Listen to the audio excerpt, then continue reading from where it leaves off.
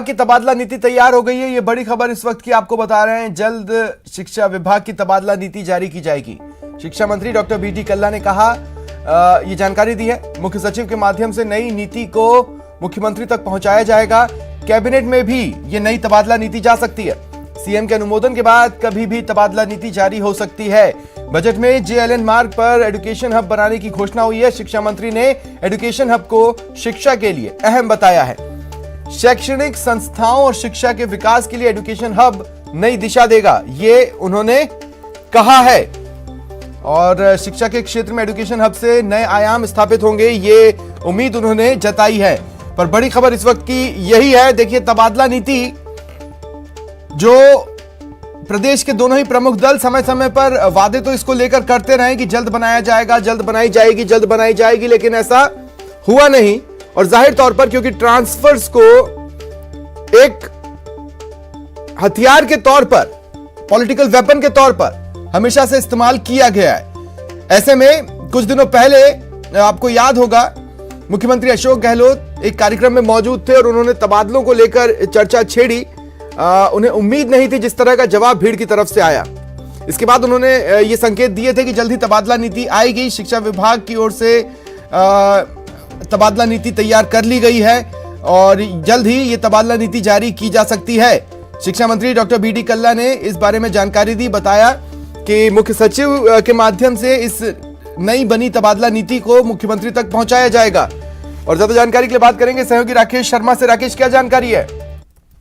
बिल्कुल, देखिए स्वप्निल, अभी जैसा शिक्षा मंत्री डॉक्टर बीडी कल्ला से बात हुई, उन्होंने ये कहा कि शिक्षा विभाग में तबादला नीति तैयार हो गई है। फाइल कंप्लीट है। फाइल को अब मुख्य सचिव के पास भेजा जाएगा और मुख्य सचिव इसको मुख्यमंत्री के पास भेजेंगे।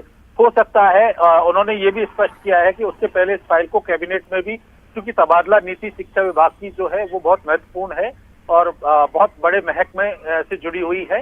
प्रदेश भर के शिक्षकों की तबादला से ये जुड़ी हुई नीति है, तो ऐसे में इसको कैबिनेट में भी इसको रखा जा सकता है और उसके बाद जल्द ही सरकार जो नई शिक्षक तबादला नीति है उसको जारी कर सकती है। यानी अब तक जो तबादला नीति का इंतजार किया जा रहा था, शिक्षक जो बहुत लंबे समय से इंतजार कर रहे थे, उनके लिए बड़ी राहत की खबर है कि सरकार ने शिक्षकों की तबादला नीति की जो रूपरेखा है, उसका जो प्रारूप है वो फाइनल कर लिया है। अब मुख्यमंत्री से अनुमोदन के बाद या इसकी विधिवत जो प्रक्रिया है उसकी पूरी होने के बाद ये जारी हो सकती है।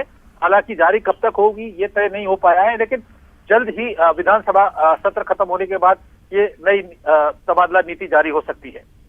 जी राकेश, आपको भी पता है, मैं भी इस बात को जानता हूं कि अगर कोरोना काल नहीं होता तो प्रदेश के लोग ये बहुत अच्छे से जानते हैं कि प्रदेश में एक पांचवा मौसम होता है जिसे तबादला सीजन कहा जाता है, तबादले का मौसम।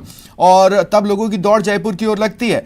इस नीति के बाद वो रुक सकती है। और खास बात ये भी है कि बजट में जो पुरानी पेंशन की घोषणा की, उसके बाद ये दूसरी ऐसी चीज है जो कर्मचारियों के बीच में खुशी की लहर लेकर आ सकती है।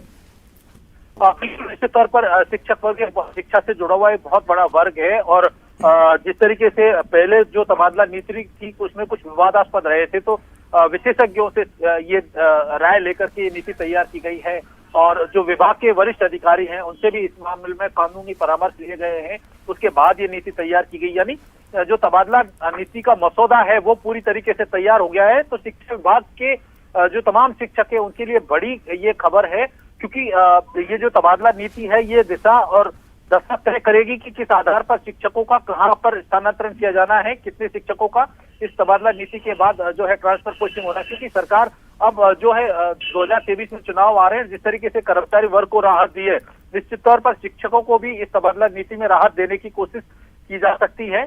हालांकि तबादला नीति क्या है, उसका प्रारूप क्या है, ये स्पष्ट नहीं किया है, लेकिन उसका पूरा जो ब्लूप्रिंट है वो तैयार हो चुका है। चलिए, शुक्रिया।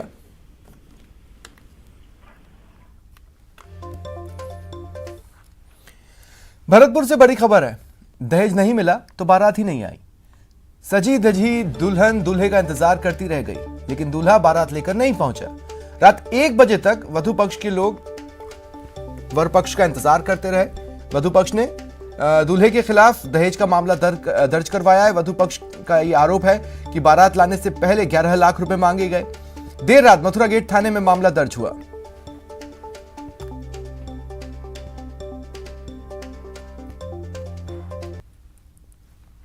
4/3/2022 को मेरी बेटी की शादी कुशल कुमार सनोप श्री ब्रजेंद्र सिंह निवासी प्रिंस नगर और उनके साथ में तय हुआ था संबंध, जो मतलब ये है कि आज पूरी तरह से सगाई लगन और शादी का सब पूरा प्रोग्राम आज तय होना था और तय पूरी तरह से ख़त्म हो गया, समापन हो गया। सुबह विदाई थी बेटी की, लेकिन हम लोग इंतजार करते रहे कि लगन का प्रोग्राम और सगाई का प्रोग्राम क्या है जो होने वाला है। तो हम 2 बजे से लेके और 4 बजे तक उनका इंतजार करते रहे, 6 बजे तक करते रहे। लेकिन फिर मैं वहाँ गया, उनसे बात की कि भाई क्या कारण है, क्यों नहीं लेट हो रहे हो। तो वो लोग क्या है कि पैसे की डिमांड करने लगे और उससे पहले जो उन्होंने हमें जो शर्तें रखी थी वो हमने उनकी पूरी की और उनके जो लोग यहाँ खाने के लिए या कैसे भी जहाँ आए उनका सम्मान किया पूरी तरह से, लेकिन वो लोग नहीं आए। 12 में रेलवे ओवरब्रिज के कार्य के दौरान ड्रिल करते समय शहर को पानी सप्लाई करने वाली मुख्य पानी की पाइपलाइन फूट गई। इससे आसपास के क्षेत्र में जलभराव हुआ। तस्वीरें देखिए आप, सड़क पर बहा पानी कई दुकानों और घरों में घुस गया। अचानक आई मुसीबत से लोग सकते में आए, तुरंत सामान समेटना शुरू किया। जलदाय विभाग के अधिकारियों को जैसे ही सूचना मिली तो मुख्य पाइपलाइन की आपूर्ति बंद की गई। बाद में मरम्मत पाइपलाइन की गई। इस घटना से कई इलाकों में पेयजल सप्लाई बाधित रही।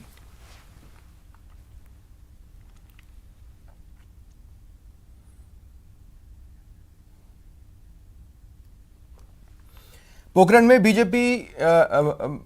पोखरण में महंत प्रतापपुरी महाराज के नेतृत्व में सैकड़ों बीजेपी कार्यकर्ताओं ने गहलोत सरकार के खिलाफ प्रदर्शन किया। एसडीएम को मुख्यमंत्री के नाम ज्ञापन सौंपा। लोगों ने पोखरण विधानसभा क्षेत्र में जमीन आवंटन में धांधली की जांच और फसल खराबे की मुआवजा राशि दिलाने की मांग की।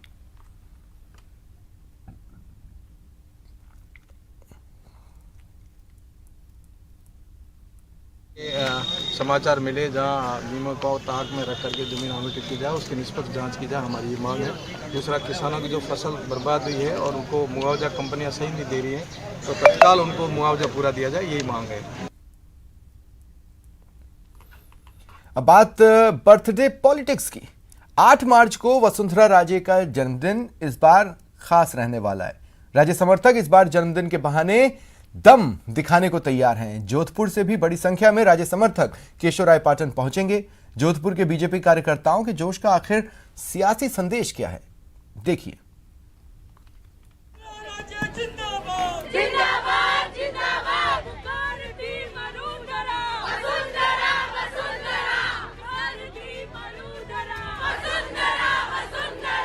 आठ मार्च को पूर्व मुख्यमंत्री वसुंधरा राजे के जन्मदिन के मौके पर शक्ति प्रदर्शन का अच्छा बहाना हाथ लगा है वसुंधरा खेमे के समर्थकों का। बहुत अच्छी संख्या में हम जाएंगे। आदरणीय वसुंधरा जी का खुद का करिश्मा है, हर व्यक्ति उनको देखना चाहता है, सुनना चाहता है। राजस्थान में उन्होंने 2 बार राज किया है, कई बार विधायक रहे, सांसद रहे। 8 मार्च बीजेपी की सियासत का बड़ा दिन।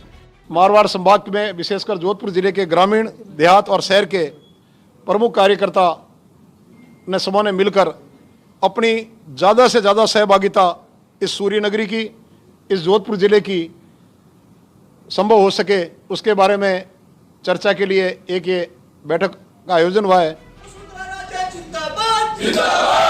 जन्मदिन के बहाने ही सही, सूर्य नगरी के राजे समर्थकों की ओर से बड़ा सियासी कार्यक्रम करने की मंशा बता रही है कि इस बार पूर्व सीएम वसुंधरा राजे का जन्मदिन खास रहने वाला है। हाड़ौती के केशवराय पाटन में वसुंधरा राजे देवदर्शन कार्यक्रम के बाद बीजेपी कार्यकर्ताओं को संबोधित करेंगी, जिसमें जोधपुर से बड़ी संख्या में कार्यकर्ताओं के पहुंचने की संभावना जताई जा रही है। फिलहाल इतना ही, नमस्कार।